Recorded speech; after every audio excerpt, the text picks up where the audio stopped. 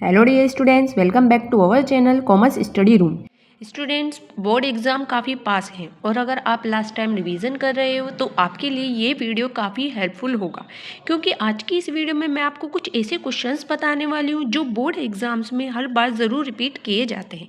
तो अगर आप कॉमर्स के स्टूडेंट्स हो तो इन क्वेश्चंस को बिल्कुल भी मिस मत करना। सो चलिए हम स्टार्ट करते हैं, लेकिन इसके लिए ये ज़रूर है कि आप इस वीडियो को लास्ट तक देखें।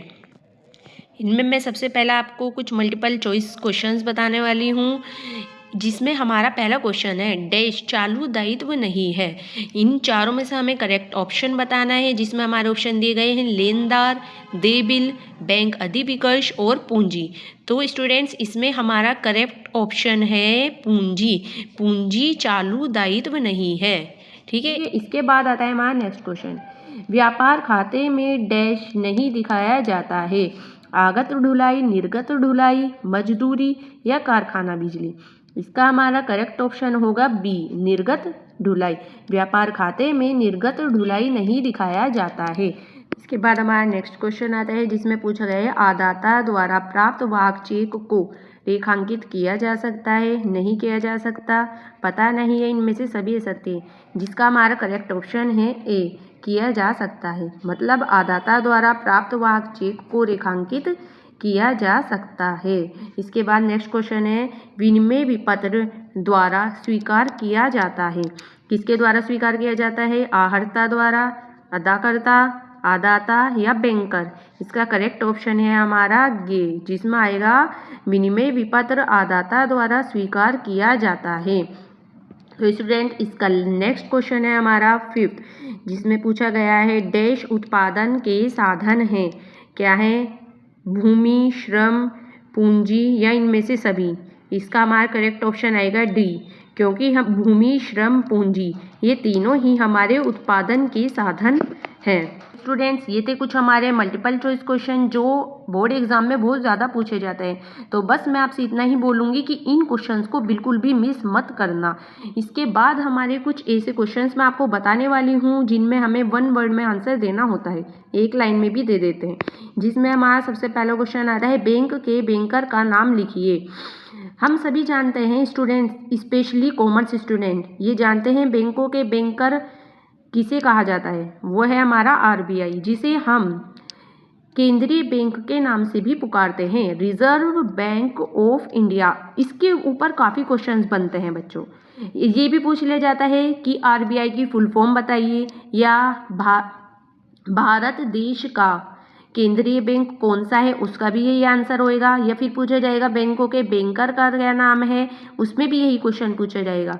उसमें भी आप यही आंसर लिखोगे कि RBI, reserve bank of India, ये हमारा केंद्रीय बैंक भी है और बैंकों का बैंक भी है। ठीक है स्टूडेंट्स, इसके बाद आता है हमारा नेक्स्ट क्वेश्चन, जिसमें पूछा गया है जिस रजिस्टर में आने वाले पत्रों का विवरण लिखा जाता है उसका नाम लिखिए।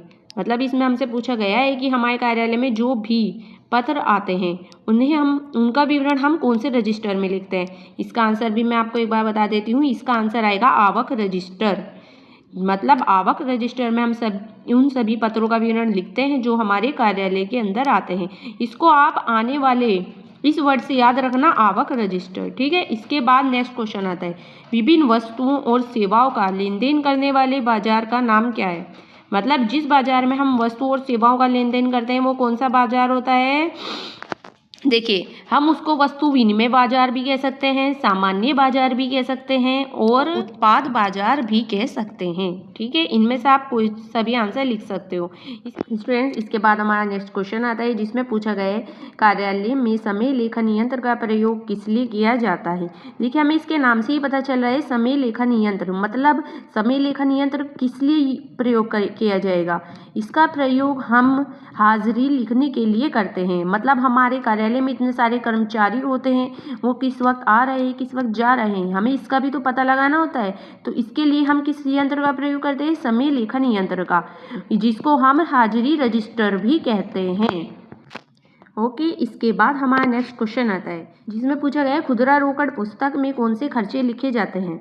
बच्चों देखिए, ये हमारे वेरी शॉर्ट क्वेश्चन चल रहे हैं। जिसमें हमें एक लाइन में या एक वर्ड में ही आंसर देना होता है। तो इसमें हमें ज़्यादा खर्चे लिखने की ज़रूरत नहीं है, सिर्फ हम 3 या 4 खर्चे लिख सकते हैं। जैसे खुदरा रोकड़ पुस्तक में हमारे कौन कौन से खर्चे लिखे जाते हैं, स्टेशनरी, चाय पानी या फिर डाक के खर्चे, जितने भी मतलब खर्चे होते हैं उनमें से 2 या 3 खर्चे आप लिख सकते हो, उस पर आपको पूरे मार्क्स मिल जाएंगे। इसके बाद हमारा नेक्स्ट क्वेश्चन आता है कि चेक क्या है और चेक के 3 पक्षकार कौन कौन से हैं। ठीक, इसमें हमें सबसे पहले चेक की परिभाषा दे देंगे। बस हम इसमें बता दे देंगे कि चेक एक ऐसा आदेश होता है जो खाता धारक द्वारा बैंक को दिया जाता है कि उस चेक में हमने जितनी भी धनराशि लिखी है वो धनराशि बैंक उसे अदा कर दे। ठीक है, इसकी आप परिभाषा भी लिख सकते हो या फिर ऐसे ही सिंपल वर्ड्स में भी बता सकते हो, क्योंकि इसमें इन्होंने परिभाषा नहीं पूछी है तो आप सिंपल अपनी भाषा में भी बता सकते हो।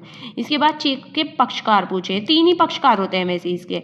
इसमें कौन कौन होता है, आहरणकर्ता होता है, प्राप्तकर्ता होता है और ऋणदाता होता है। ठीक है, तो स्टूडेंट्स ये कुछ ऐसे इंपॉर्टेंट क्वेश्चंस थे जो आपके बोर्ड एग्जाम के लिए काफ़ी इंपॉर्टेंट हैं और बोर्ड एग्जाम में इन्हें हर बार ज़रूर रिपीट किया जाता है। अगर आप इन क्वेश्चंस को तैयार कर लोगे तो आपको 4 या 5 मार्क्स तो एक्स्ट्रा ज़रूर ही मिल जाएंगे। ओके स्टूडेंट्स, अगर आपको मेरी वीडियो पसंद आई हो तो वीडियो को लाइक और चैनल को सब्सक्राइब ज़रूर करें। नेक्स्ट वीडियो में मैं आपको कुछ और इम्पोर्टेंट क्वेश्चन बताऊंगी जो हमारे शॉर्ट और लॉन्ग में पूछे जाते हैं। ओके।